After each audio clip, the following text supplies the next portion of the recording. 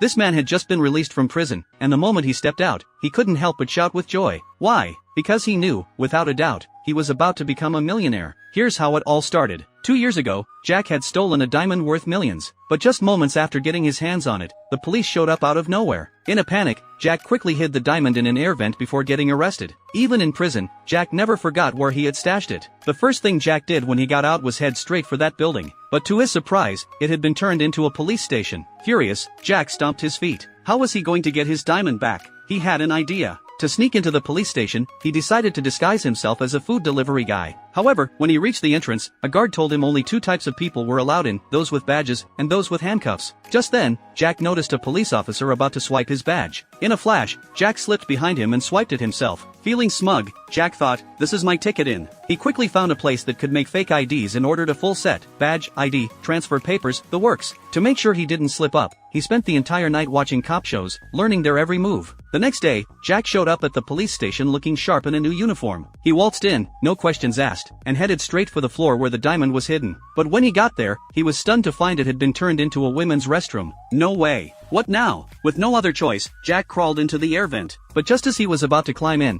a suspect rushed into the restroom, trying to escape. Jack panicked and ducked down, thinking he had been caught. As he was about to make a run for it, the door suddenly slammed open, and he collided with the escaping criminal. Police rushed in and found Jack crouched in the restroom. Quick on his feet, he shouted. This criminal was trying to escape. I stopped them. The chief walked in, asking who Jack was. Jack swiftly pulled out his fake ID and said, just transferred in, sir. A few minutes later, he handed over his fabricated work report, filled with outstanding achievements, and the boss was impressed. Jack was immediately partnered up with Nick, his new partner. Despite the new assignment, Jack's mind was still on the diamond. He knew he had to keep playing the role and not raise any suspicion. Their next task was to investigate a break-in at a factory. The owner claimed thieves broke in by smashing a window and stole some wheel rims. But Jack could tell right away that wasn't true, because he was the thief. No pro would smash a window. It's too noisy, too obvious, he said. And these rims? They're not even worth stealing. He glanced at the owner's truck, motioned for Nick to follow, and led him to it. Jack easily popped open the truck lock and discovered all the stolen rims inside. The owner had faked the robbery. As Nick began to write up the report, Jack stopped him. He pulled the owner aside, pointed at his shoe, and said, next time you fake a crime, I'm using this to teach you a lesson. The owner stared at him, wide-eyed, and Jack turned to Nick, saying, as a cop,